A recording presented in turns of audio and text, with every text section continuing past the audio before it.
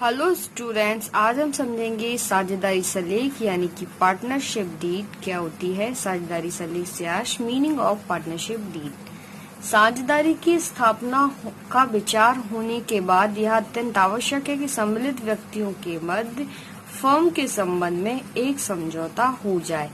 यह समझौता लिखित भी हो सकता है और मौखिक भी, लेकिन लिखित समझौता मौखिक समझौते से श्रेष्ठ माना जाता है। लिखित समझौते पर स्टाम्प आवश्यक है।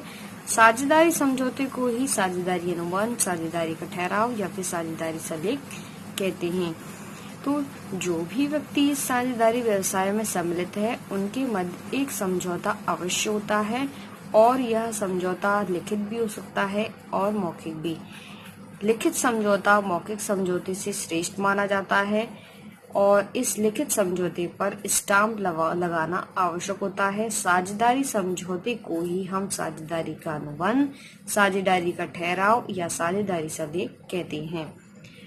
साझेदारी सलेख का होना अनिवार्य नहीं है, यह ऐच्छिक है।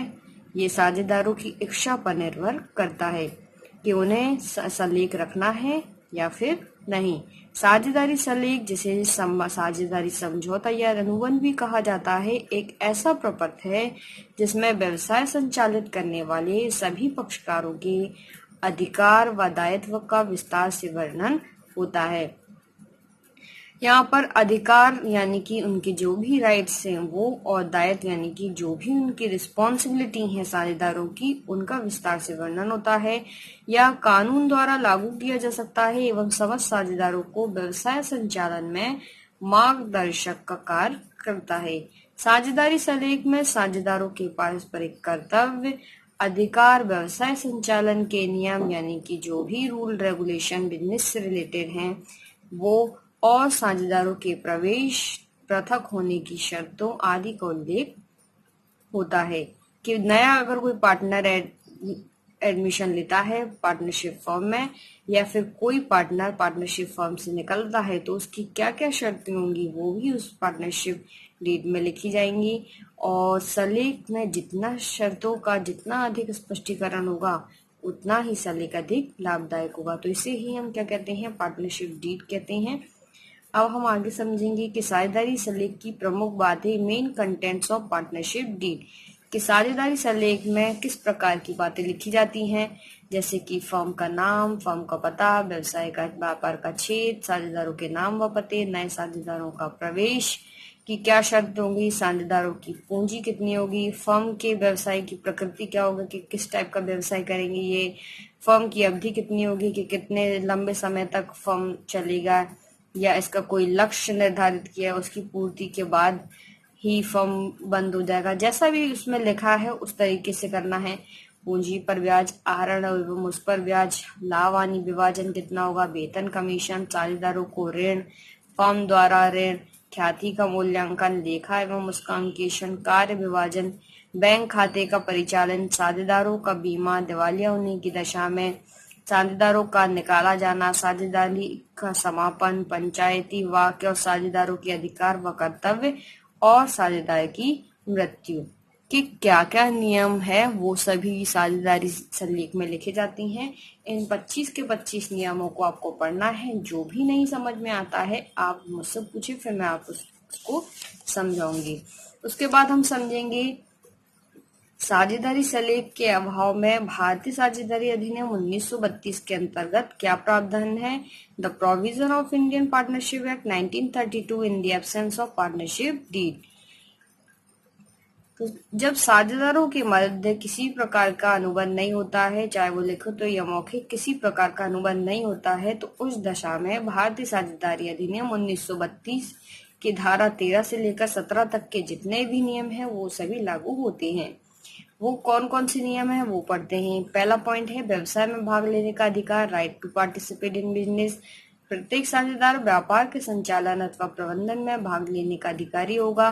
कार्य में पूर्ण निष्ठा, लगन और ईमानदारी, due diligence and honesty in business. प्रत्येक साझेदार को व्यापार का कार्य पूर्ण निष्ठा और ईमानदारी से करना होगा। विवाद का निपटारा, सेटलमेंट ऑफ द डिस्प्यूट। साझेदारों के आपस के विवाद के समय उसका निर्णय बहुमत से किया जा सकता है। लाभ हानि अनुपात, प्रॉफिट शेयरिंग रेशो, साझेदारों के मध्य लाभ एवं हानि का बंटवारा समान होगा। वेतन व कमीशन, सैलरी एंड कमीशन, किसी भी साझेदार को व्यापार संचालन के लिए कोई पारिश्रमिक, वेतन व कमीशन नहीं दिया जा सकेगा। पूंजी पर ब्याज, इंटरेस्ट ऑन कैपिटल, अगर पूंजी पर ब्याज देने का प्रावधान है तो पूंजी पर ब्याज लाभ की दशा में ही दिया जा सकेगा। यदि ऐसा अनुमान नहीं है तो किसी को भी पूंजी पर ब्याज पाने का अधिकार नहीं होगा। ऋण पर ब्याज, इंटरेस्ट ऑन लोन, यदि किसी साझेदार ने फर्म को ऋण प्रदान किया है तो उस साझेदार को 6% वार्षिक की दर से ब्याज दिया जाएगा। साझेदार का प्रवेश, एडमिशन ऑफ पार्टनर, सभी साझेदारों की अनुमति के बिना नया साझेदार नहीं बनाया जा सकेगा। फर्म की पुस्तकें देखने का अधिकार, right to inspect the books of account, firm की बहियां व्यापार के स्थान पर ही रखी जाएंगी जिनको देखने का अधिकार प्रत्येक साझेदार को होगा। साझेदार चाहे तो उसकी प्रति यानी कि फोटोकॉपी प्राप्त कर सकता है और अपने पास रख सकता है। क्षतिपूर्ति प्राप्त करने का अधिकार, राइट टू रिसीव कंपनसेशन, यदि कोई साझेदार फर्म का व्यापार उचित रीति से चलाने या फर्म को संकट से बचाने के लिए जो कुछ व्यय करता है तो फर्म से उसे क्षतिपूर्ति प्राप्त करने का अधिकार है। मतलब उसने फर्म के संकट के समय जो भी कुछ खर्चा किया है उसे फर्म से प्राप्त कर सकता है, उसका अधिकार उस साझेदार को है। तो इसे हम कहते हैं क्षतिपूर्ति प्राप्त करने का अधिकार। साझेदार की निकासी, रिटायरमेंट और पार्टनर, किसी भी साझेदार को निकाला नहीं जा सकता या अगर कोई स्वेच्छा से हटना चाहे तो शेष साझेदार की सहमति से यह किया जा सकता है। फर्म की संपत्ति का उपयोग, use of business asset, firm की संपत्ति का उपयोग फर्म के कार्यों के लिए ही किया जाएगा। यदि कोई साझेदार अपने निजी कार्यों के लिए करना चाहे तो वह नहीं कर सकेगा। आहरण पर ब्याज, इंटरेस्ट ऑन ड्राइंग, साझेदारों के आहरण पर कोई ब्याज वसूल नहीं किया जाएगा।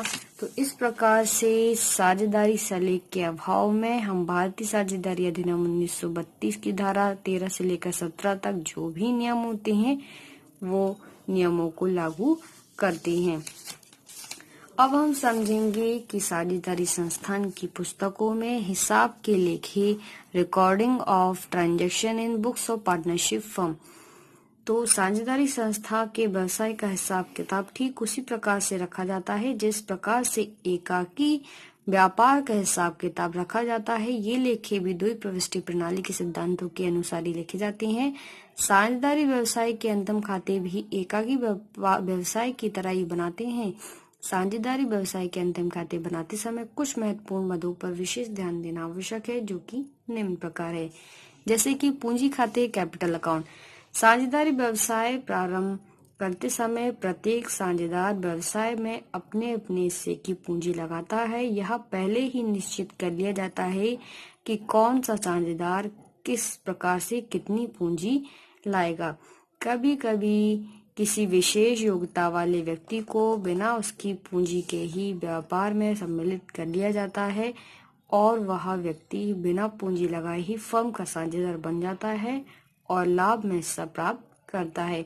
ये व्यक्ति पूंजी नहीं लगाते फर्म में, लेकिन अपनी योग्यता, क्षमता और अपने बुद्धि कौशल बल को इस व्यवसाय में लगाते हैं और पार्टनर बनते हैं और लाभ में अपना हिस्सा प्राप्त करते हैं। पूंजी के रूप में कभी कभी साझेदार रोकड़ के अतिरिक्त अन्य संपत्ति जैसे कि फर्नीचर, भवन, माल या यंत्र आदि के रूप में भी पूंजी लगाते हैं और प्रत्येक साझेदार के लिए फर्म में अलग अलग पूंजी खाते खोले जाते हैं। व्यवसाय में पूंजी लाते समय पुस्तकों में निम्न प्रकार से लिखा किया जाएगा। यदि नगद के रूप में पूंजी लाते हैं तो हम उसकी एंट्री करेंगे cash account debit to partners capital account. जो भी पार्टनर उसके नाम से उनका पूंजी खाता खोलेंगे और उनके द्वारा जितनी भी पूंजी नगद रूप में लाई गई है वो लिखेंगे। नगद के अतिरिक्त अन्य संपत्ति पूंजी के रूप में लाने पर हम उसकी एंट्री करेंगे। यदि माल लाते हैं तो स्टॉक अकाउंट डेबिट और यदि एसेट्स किसी प्रकार के भवन, फर्नीचर, यंत्र आदि लाते हैं तो एसेट्स अकाउंट डेबिट और टू पार्टनर्स कैपिटल अकाउंट। जो भी पार्टनर है उसका नाम लिखेंगे। ए कैपिटल अकाउंट, बी कैपिटल, सी जो भी नाम दिया गया है उसके नाम के आगे उस संपत्ति का मूल्य लिखेंगे जिस मूल्य की संपत्ति है, और इस तरीके से हम इसकी एंट्री करेंगे।